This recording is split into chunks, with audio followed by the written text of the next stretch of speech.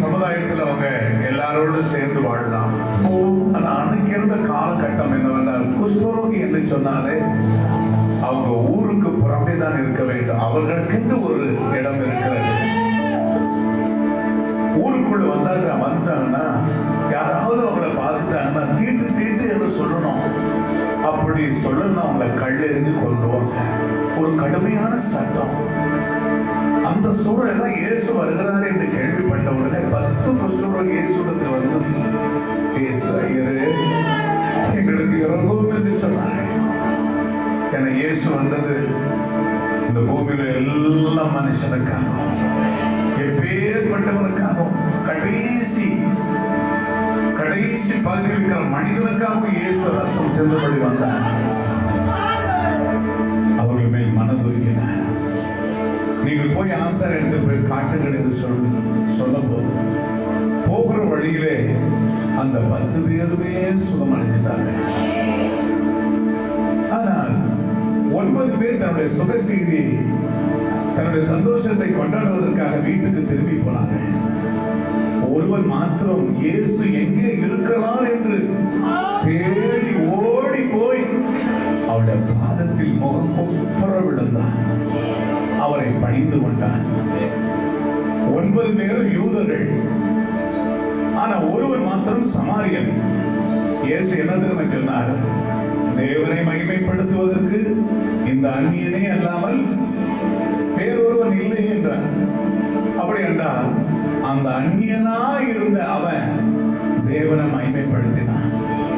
நீங்கள் நானும் இன்னைக்கு அந்நியனாக வரவில்லை, அவருடைய பிள்ளையாக வந்திருக்கிறோம். ஆமென். அவருடைய பிள்ளையாக வந்து அவரை துதிக்க வந்திருக்கிறோம். நன்றி சொல்ல வந்திருக்கிறேன், மகனாக வந்திருக்கிறேன். நன்றி சொல்ல வந்திருக்கிறேன், மகளாக வந்திருக்கிறேன்.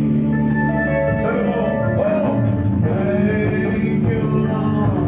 Oh, thank you Lord. Yes. Thank you Lord. Oh, thank you Lord. Thank you Lord.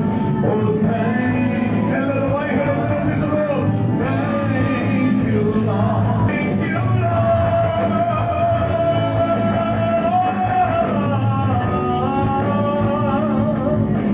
Thank you Lord. Oh, thank you Lord. குடும்பமாக சொல்லுங்க. Thank you Lord. Thank you Lord. Oh, thank you Lord. Thank you Lord. Oh, thank you Lord. Hallelujah. கரங்களை உயர்த்தி.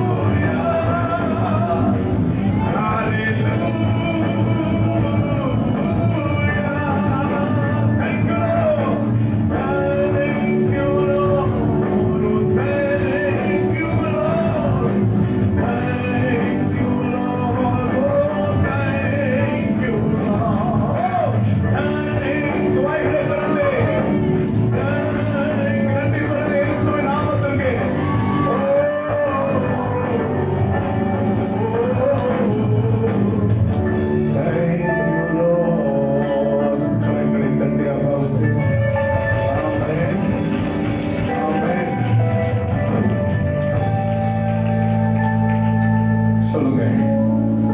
தேவனை மகிமைப்படுத்த அந்நியன் தான் வந்தான். ஆனா 9 பேர் யூதர்கள் நன்றி சொல்ல மனமில்லாமல் இருந்தார்கள். அப்படிப்பட்டவர்களாய் நாம் நன்றி அறிவில்லாதவர்களாய் இருக்கக்கூடாது, நன்றி உள்ளவர்களாய் இருக்க வேண்டும் என்று வேதம் சொல்லுகிறது. ஆமென். கடந்த நாளிலே ஒரு பாடலை தேசத்தை குறித்த ஒரு பாடல், மேக்சிமம் நிறைய பாடல்கள் தேசத்தை குறித்து தான் பாடல்களை கற்றுக் கொடுத்து கொண்டிருக்கிறார். ஆமென். டி போடுங்க. பலிபீடமே, இந்த பாடலை வெரி அமேசிங் சாங். ஒரு நாள் தேவனுடைய பலிபீடத்தை குறித்து மிகவும் தியானித்துக் கொண்டிருக்கும் பொழுது ஒரு பலிபீடம். அதை யோசித்து பாருங்கள். கர்த்தருடைய தேசமா இருக்கிற இஸ்ரவேல் தேசத்துல கர்த்தருடைய பலிபீடம் தகர்க்கப்பட்டிருந்தது. பலிபீடம் தகர்க்கப்பட்டாலே பாகாலின் வணக்கங்கள் அதிகமாகிவிட்டது. இன்றைக்கு நீங்கள்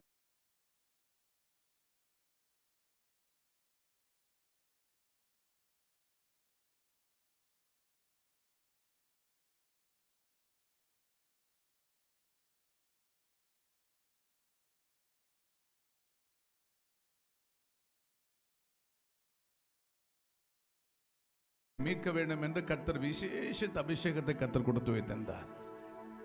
300 நரிகளை பிடித்தான் இல்லையா? ஒரு மனுஷன் அபிஷேகம் பாருங்க, 300 நரிகளை பிடித்தான். பால சிங்கங்களை கிழித்து போட்டான். அல்லேலூயா. ஒரு கழுதை தாடை எலும்பு எடுத்து 1000 பேரை கொன்று போட்டான். அப்பேற்பட்ட ஒரு வலிமையான அபிஷேகத்தை பெற்ற அந்த சிம்சோன் பாவத்தில் விழுந்து போனான், விபச்சாரத்தில் விழுந்து போனான். பெலிஸ்தர்கள் அவனை பிடித்தார்கள், கண்களை பிடுங்கினார்கள், அவனை சங்கிலி போட்டு ஒரு நாயை இழுத்து கொண்டு போகிறது போல இழுத்து கொண்டு போனார்கள். என்ன தெரியுமா நடந்தது? ஒரு தேவ மனிதன் பின்வாங்கி போகும் பொழுது சாத்தானுக்கு பெரிய பலிபீடம் உருவாகிறது. நியாயாதிபதிகள் 16:23 ஒருவர் வாசியுங்கள். நியாயாதிபதிகள் 16:23 ஒருவர் வாசியுங்கள். சீக்கிரம் நேரம் இல்லை. நியாயாதிபதிகள் 16:23. பெலிஸ்தியரின் பிரபுக்கள் தம்முடைய பகைஞனாகிய சிம்சோனை நம்முடைய தேவன் என்ன சொல்றாங்க? நம்முடைய தேவன் நம்முடைய கையிலே ஒப்பு கொடுத்தார் என்று சொல்லி, நம்முடைய கையில ஒப்பு கொடுத்தார் என்று சொல்லி தங்கள் தேவனாகிய தாகோனுக்கு, தம்முடைய தேவனாகிய தாகோனுக்கு ஒரு பெரிய பலி செலுத்தவும். என்னது தாகோனுக்கு? என்னது?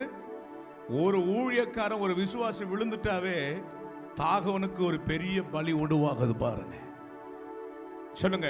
நீங்கள் நானும் பலிப்பீடங்கள் எரிந்தால் தாகோனுங்களுக்கு பலி இல்லை, தகர்க்கப்படும். ஆமை சொல்லுங்களேன்.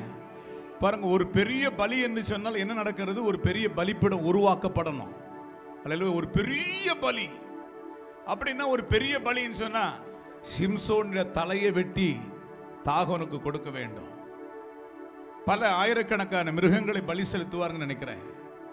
அவ்வளவு பெரிய காரியங்கள் நடந்து கொண்டிருக்கிறது. அவர்கள் வேதம் சொல் தங்கள் தேவனை புகழ்ந்து பாடுகிறார்கள். வாசிப்போம், தொடர்ந்து வாசிப்போம். ஒரு பெரிய பலி செலுத்தவும், சந்தோஷம் கொண்டாடவும். லிசன், யாரு சந்தோஷம் கொண்டாடுறா? ஒரு ஊழியக்காரர், ஒரு விசுவாசி பின்மாற்றத்தில் போயிட்டா சாத்தானுக்கு கொண்டாட்டம், அவனை பின்பற்றவனுக்கு கொண்டாட்டம். சந்தோஷம் கொண்டாடவும் கூடி வந்தார்கள். சந்தோஷம் கொண்டாடவும் கூடி வந்தார்கள். ஏறக்குறைய 3000 நம்பர்ஸ், 3000 பேர் ஒரே மண்டபத்தில் கூடி வந்தார்கள். அந்த இடத்தில் தான் ஒரு பெரிய பலிபீடத்தை கட்டி, ஒரு பெரிய பலி. ஏன்னா சிம்சோன் தலையை கண்டிப்பா வெட்டி தான் தாகோனுக்கு பலி செலுத்தணும். ஏன்னா அன்னைக்கு சவுலுடைய தலையை எங்க கொண்டு போனாங்க தெரியுமா? பெலிஸ்த தேசத்தை கொண்டு போனாங்களா இல்லையா? தாகோனுக்கு முன்பதாக வச்சாங்களா இல்லையா? அதே போலதான் இவனையும் வெட்டி, தலையை வெட்டி தாகோனுக்கு காணிக்கை செலுத்த நினைச்சாங்க. அந்த நிலையில் தான் ஆமே சிம்சோன், ஆண்டவரே இந்த ஒரு வீசை கூட என்னை மன்னியும் என்று சொல்லி ஆமென் அவன் ஜெபித்த போது அவன் பலிபீடம் எரிய ஆரம்பித்தது. அவனுடைய பலிபீடம் எரிய ஆரம்பித்த போது ஒரு பெரிய பலி. ஆமை சொல்லுங்களேன். அவங்க நினைச்சாங்க பெரிய பலி செலுத்த போறேன்னு. ஆனால் சிம்சோனுடைய பலிபீடம் எரிய ஆரம்பித்த போது ஒரு மகா பெரிய பலி சிம்சோன் மூலமாக பெலிஸ்தே தேசத்தில் செலுத்தப்பட்டது. ஏறக்குறைய 3000 பேர் அந்த ஒரே பலியிலே அழிந்து போனார்கள். என் அன்பு சகோதர சகோதரிகளே, நீங்கள் நானும் ஒரு பலிபீடமாக மாற வேண்டும். ஆமென். ஜெபித்துக் கொண்டிருக்கும் பொழுது இந்த பாடலை கற்றுக் கொடுத்தார். எல்லாரும் பாடலாமா? எழுந்து நிற்போமா? நல்ல அருமையான பாடல். பலிபீடமே பலிபீடமே கர்த்தரின் பலிபீடமே, எரியட்டுமே எரியட்டுமே பரிசுத்த அக்கினியே. பாடுவோம். பலிபீடமே பலிபீடமே பலிபீடமே எரியட்டுமே எரியட்டுமே எரியட்டுமே பரிசுத்த அக்கினியே. கமான். எங்கள் தேசம் மறுரூபமாகணுமே, எங்கள் சபைகள் உயிர் பெற்று எழும்பனுமே, அந்த பாகாலின் பலிபீடம் அழியனுமே, எங்கள் தேசத்தின் தீட்டெல்லாம் எரி. கரங்களை உயர்த்தி கர்த்தரே தெய்வம், கர்த்தரே தெய்வம்.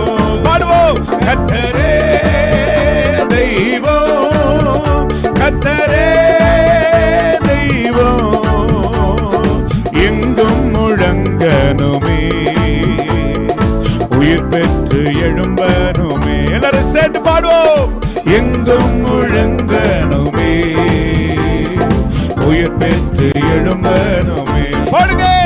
ஹல்லேலூயா ஹல்லேலூயா ஹல்லேலூயா ஹல்லேலூயா.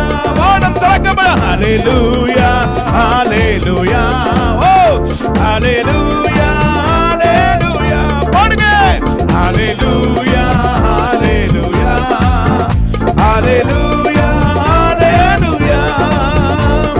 பின்மாறி மழைக்காக வேண்டிடுவோம், ஆசீர்வாத மழை பொழிந்திடுவார். ரட்சிப்பின் சந்தோஷத்தால் மகிழ்வோம், பாக்கியமாம் சுவிசேஷத்தை சொல்லுவோம். நான்கு திசை எங்கும் பறைசாற்றுவோம், இயேசுவே மெய்யான தெய்வம் என்று. ஓ நான்கு திசை எங்கும் பறைசாற்றுவோம், இயேசுவே மெய்யான தெய்வம் என்று. கர்த்தரே தெய்வம், கர்த்தரே. வாய்களை திறந்து ஓ கர்த்தரே. எங்கும் தேவனை தொழுது வர காலம் வரும். கர்த்தரே தெய்வம், எங்கும் முழங்கனுமே, உயிர் பெற்று எழும்பனுமே. ஓ எங்கும் முழங்கனுமே, உயிர் பெற்று எழும்பனுமே. பாடுங்க. ஹல்லேலூயா ஹல்லேலூயா ஹல்லேலூயா ஹல்லேலூயா ஹல்லேலூயா. ரபா தரா பரபா அக்கினி இறங்கட்டும். ஆமென். ஓ ஓ ஹல்லேலூயா ஹல்லேலூயா ஹல்லேலூயா ஹல்லேலூயா. அதிக பயத்தோடு நடுக்கத்தோடு பூரண ரட்சிப்பை நிறைவேற்றுவோம். காலம் கொடியதாய் வருகின்றதே, இயேசுவை அன்றி நாம் நடந்திடுவோம். கோடான கோடி மக்கள் இங்கே நரகத்தின் பாதையில் செல்கின்றாரே, அவர்களின் மீட்புக்காய் போராடுவோம், இயேசுவே வழி என்று சொல்லிடுவோம். கர்த்தரே தெய்வம், கர்த்தரே தெய்வம். கர்த்தரே தெய்வம். ஹல்லேலூயா. கர்த்தரே தெய்வம், எங்கும் முழங்கனுமே, உயிர் பெற்று எழும்பனும். எங்கும் முழங்கனுமே, உயிர் பெற்று எழும்பனுமே. ஹல்லேலூயா ஹல்லேலூயா ஹல்லேலூயா ஹல்லேலூயா ஹல்லேலூயா ஹல்லேலூயா ஹல்லேலூயா ஹல்லேலூயா. பூரண கிருபையை பெற்றிடுவோம், குறைவின்றி கிருபையால் வாழ்ந்திடுவோம். ஆவியின் வரங்களை பெற்றிடுவோம், கிறிஸ்துவின் சபையாக அலங்கரிப்போம். மகிமையின் மேல் மகிமை அடைந்திடுவோம், மறுரூபமாகி நாம் சென்றிடுவோம்.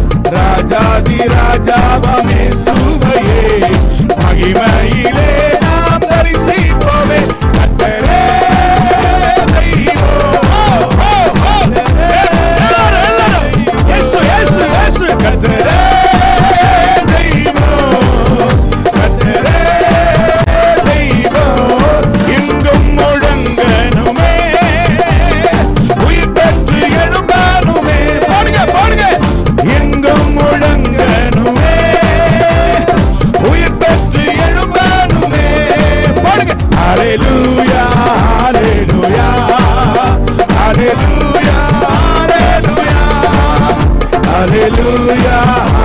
ஹalleluya ஹalleluya ஹalleluya கர்த்தரே தெய்வம் கர்த்தரே தெய்வம் கர்த்தரே தெய்வம் வானாதி வானங்களை படைத்த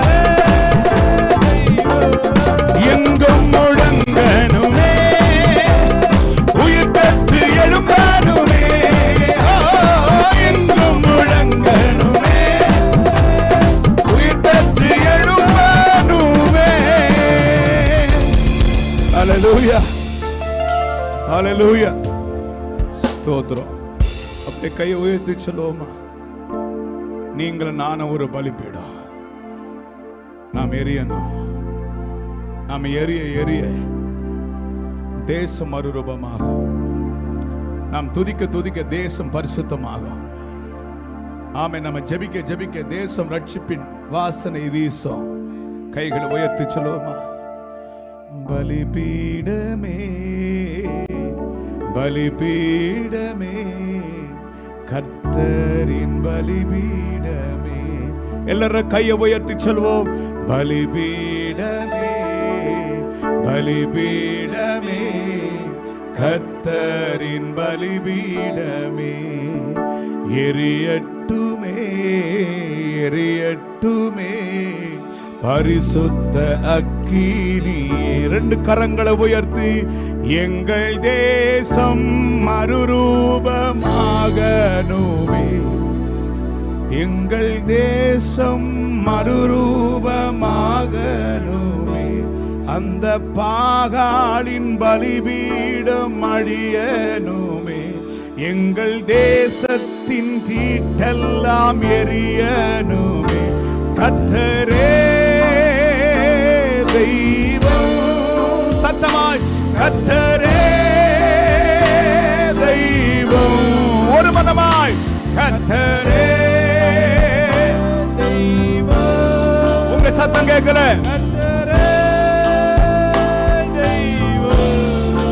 எங்கும் முழங்கனுமே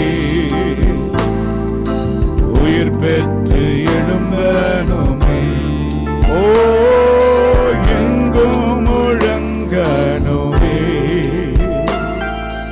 உயிர் பெற்று எழும்பனுமே ஆமென் எங்கும் முழங்கணும் உயிர் பெற்று எழும்பணும் அப்பா உமது ஜனங்கள் உம்மில் மகிழ்ந்திருக்கும்படி நீர் எங்களை திரும்பவும் உயிர்ப்பிக்க மாட்டீரோ உயிர்ப்பையும் அப்பா இன்னைக்கு எல்லா பலிப்பீடங்கள் தகர்க்கப்பட்டு இருக்கிறது ஆராதனை இருக்கிறது ஆனால் ஆண்டவர் இல்லை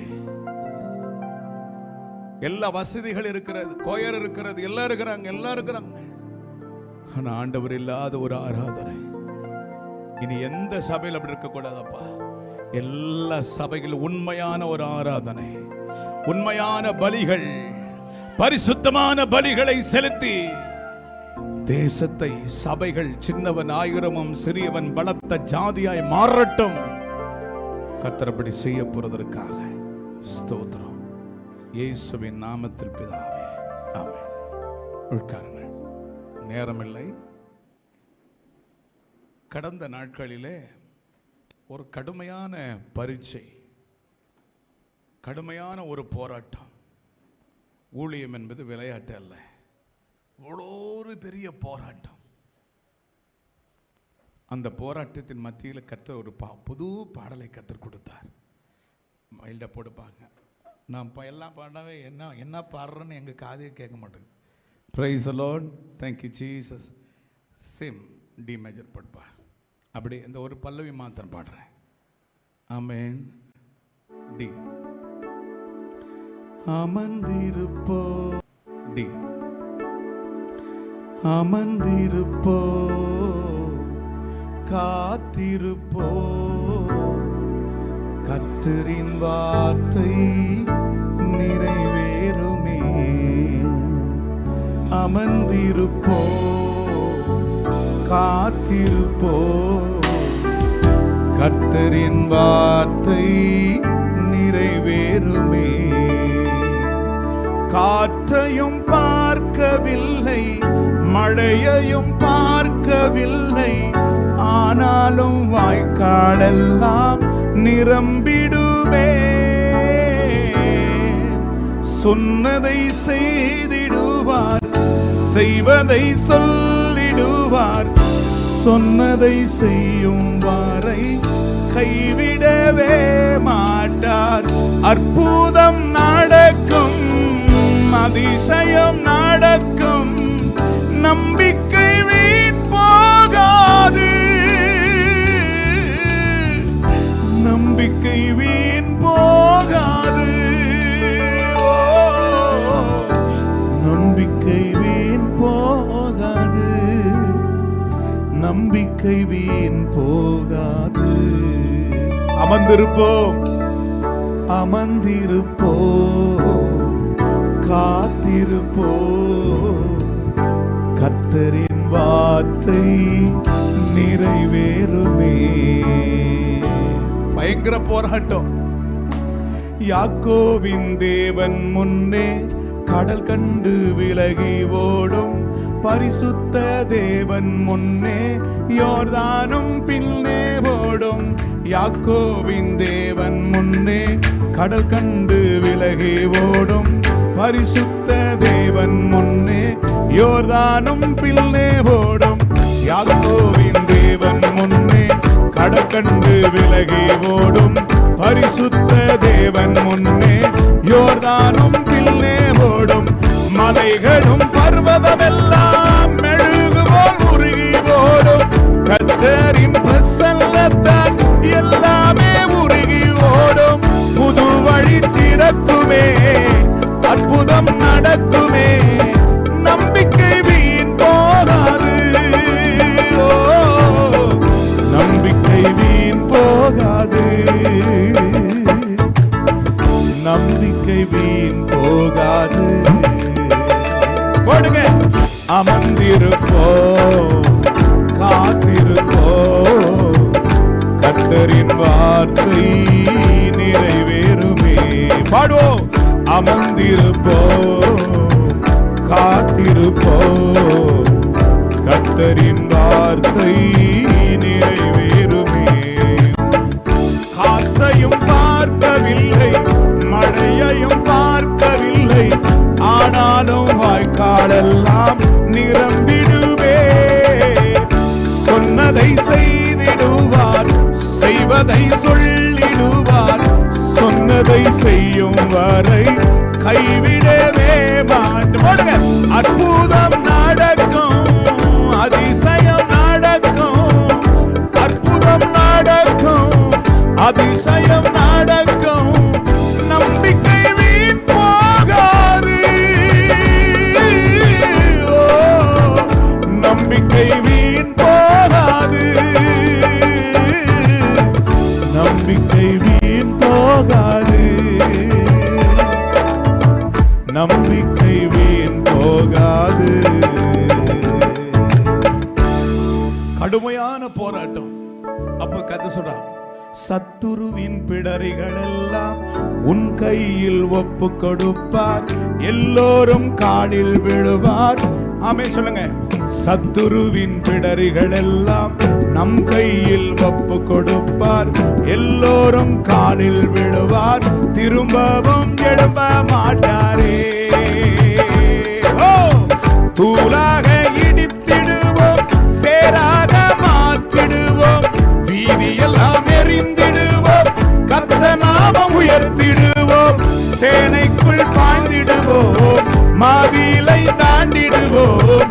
சேனைக்குள் பாய்ந்திடுவோம், மதிலை தாண்டிடுவோம். நம்பிக்கை வீண் போகாது.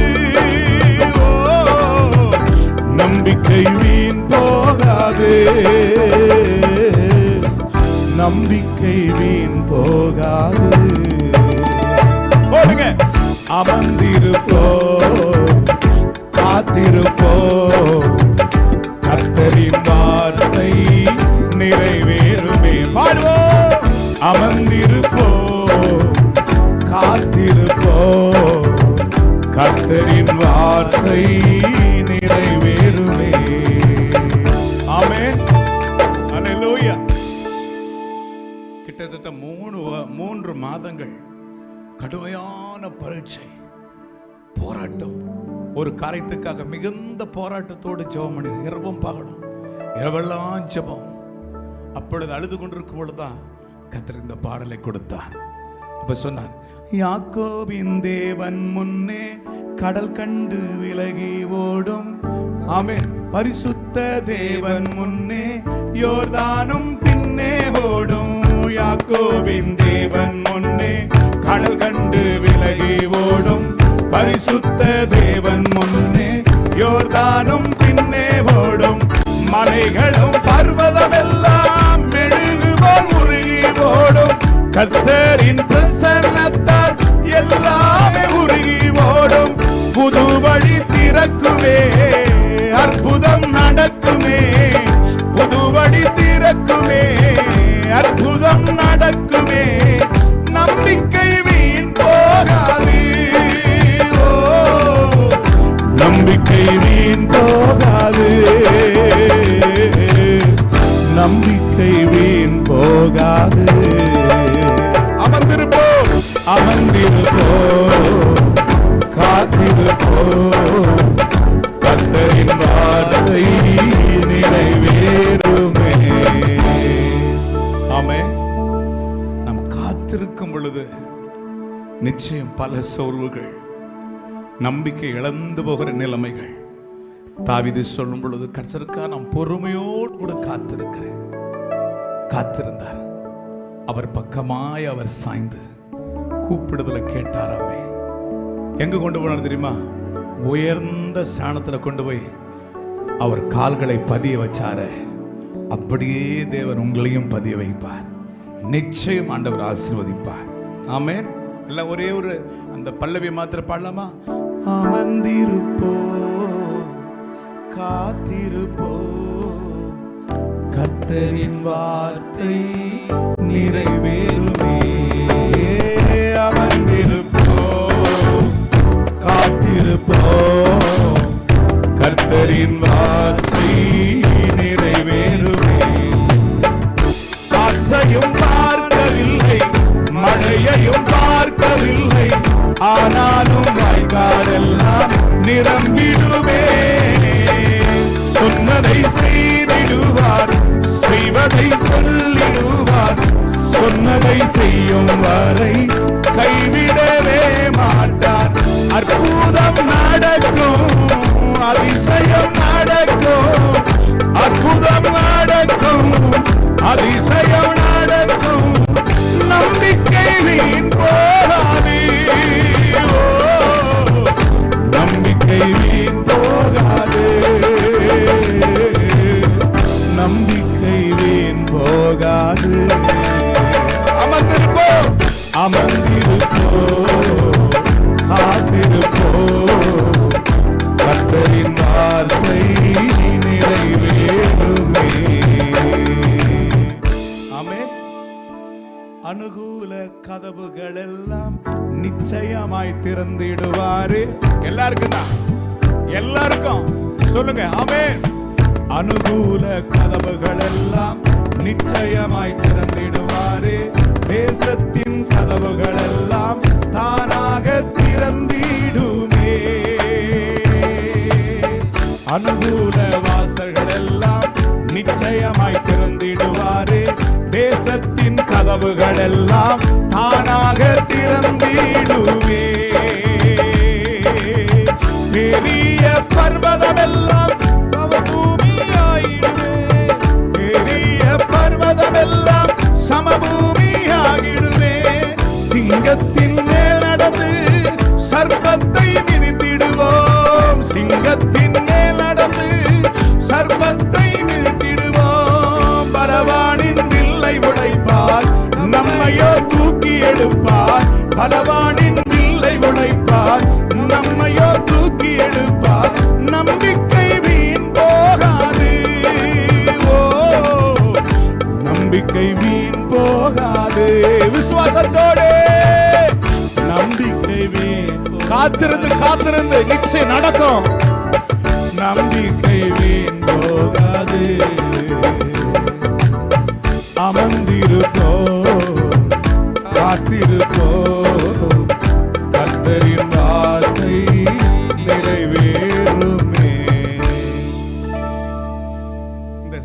சொல்லி நான் என்னுடைய வார்த்தைக்கு நேரம் கடந்து விட்டது. எவ்வளவு சுருக்க முடியுமோ சுருக்குகிறேன்.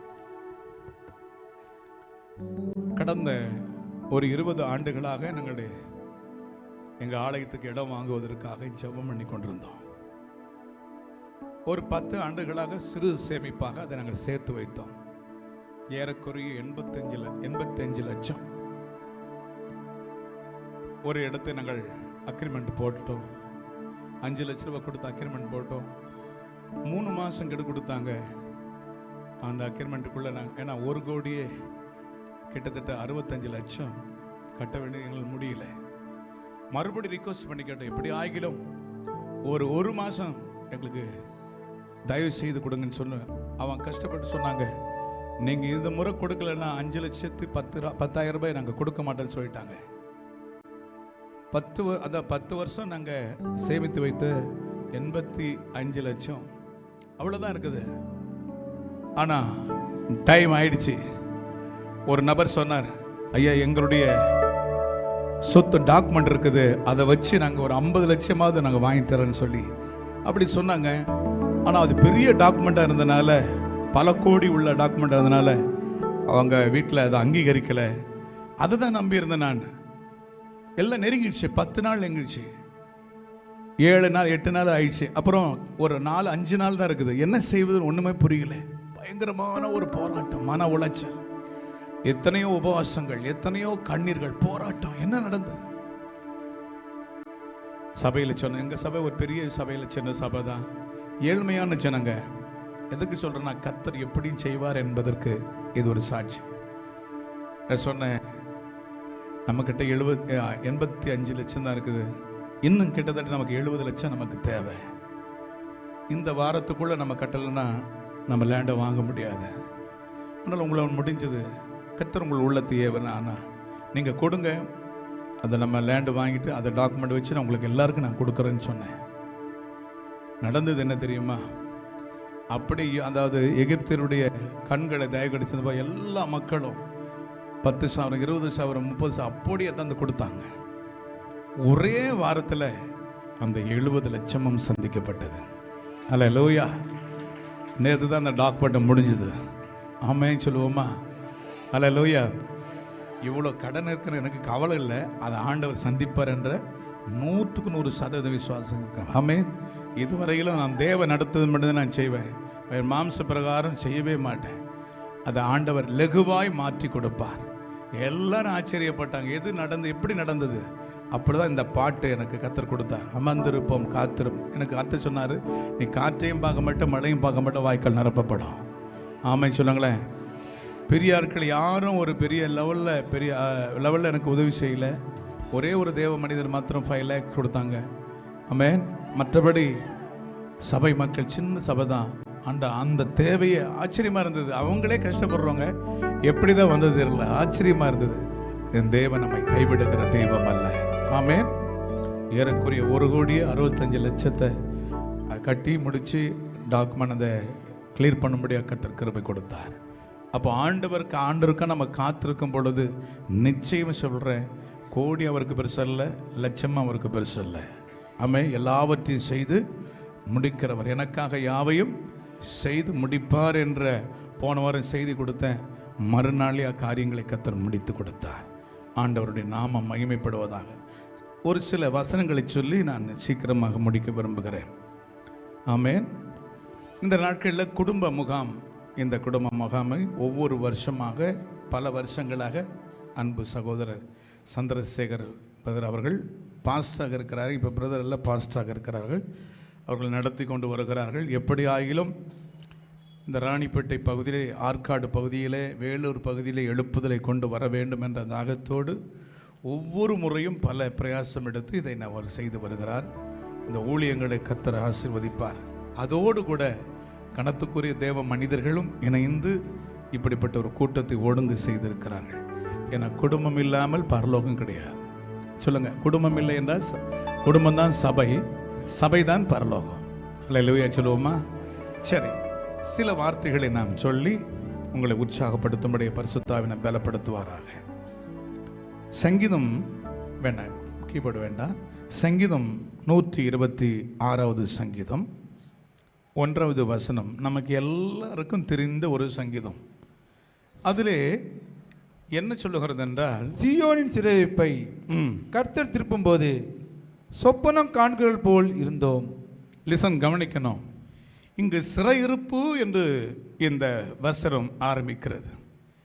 இன்னைக்கு எங்கு பார்த்தாலும் பொல்லாத பிசாசு தேசங்களை சிறைப்படுத்துகிறான், குடும்பங்களை சிறைப்படுத்துகிறான், கிராமங்களை சிறைப்படுத்துகிறான். தனிப்பட்ட முறையில் கணவனை, மனைவி, பிள்ளைகளை எல்லா பக்கங்களிலும் பிசாசு இன்றைக்கு அவன் எல்லாரையும் சிறைப்படுத்தி கொண்டிருக்கிறான். தன் வசமாக தன்னுடைய இச்சையின்படி செய்வதற்கு அவர்களை சிறைப்படுத்தி வைத்திருக்கிறான். இன்னைக்கு எங்கு பார்த்தாலும் தேசங்கள் சிறையாக்கப்படுகிறது, மக்கள் சிறையாக்கப்பட்டிருக்கிறார். வியாதியின் சிறை, சாபத்தின் சிறை, பாவத்தின் சிறை, ஏராளமான சிறைகளை அவர்களை சிறைப்படுத்தி அவர்கள் எழும்பாதபடிக்கு அவர்கள் கூனி குறுகி அந்த வேதனையிலே அவர்கள் மரித்து போக வேண்டும் என்று சொல்லி பொல்லாத பிசாசு இந்த நாட்களில் பலமாய் கிரியை செய்து கொண்டிருக்கிறார். வேதத்தில் நீங்கள் வாசிக்கும் பொழுது கூட 18 வருஷமாய் ஆபிரகாமின் குமாரத்தி என்று சொல்லுகிறவள் 18 வருஷமாய் சாத்தான் அவளை கட்டி வைத்து சிறைப்பிடித்து வைத்திருந்தான். எவ்வளவு நேரம் நிமரக்கூடாதபடிக்கு சிறைப்பிடித்து வைத்திருந்தான். அப்படி என்றால் ஏற்கனவே இந்த உலகம் பலர்களை நீ பார்க்கும் பொழுது குடியில் அவர்களை சிறைப்பிடித்து வைத்திருக்கிறார், சிலர் பாவத்தில் சிறைப்பிடித்து வைத்திருக்கிறார், சில போதையில் பல எந்தெந்த பகுதியில் அவர்களை சிறைப்படுத்த முடியுமோ அப்படி இந்த உலகம் முழுவதிலும் இருக்கிற மக்களை பிசாசானவன் சிறைப்பிடித்து வைத்திருக்கிறான். ஆனால் அத்தனை சிறைகளையும் உடைத்து நம்முடைய தலை நிமிர்ந்து நடக்க தேவன் நமக்கு உதவி செய்வார். ஹல்லேலூயா. இதில் விசேஷமாக 126ஆம் சங்கீதத்தில் இப்படி தொடங்கும் பொழுது சியோனின் சிறையிருப்பு. இந்த சியோன் என்று சொன்னாலே தேவனால் தெரிந்து கொள்ளப்பட்ட பிள்ளைகள். ஆமென். உலகத்தான் சிறைப்படுத்தியிருக்கிறான் என்றால் அவனுக்கு தேவன் இல்லை. ஆனால் ஒரு தேவ பிள்ளை சிறைப்படுத்தியிருப்பது என்ன காரணம்? இங்கு வாசிக்கிறோம், சியோனின் சிறையிருப்பு.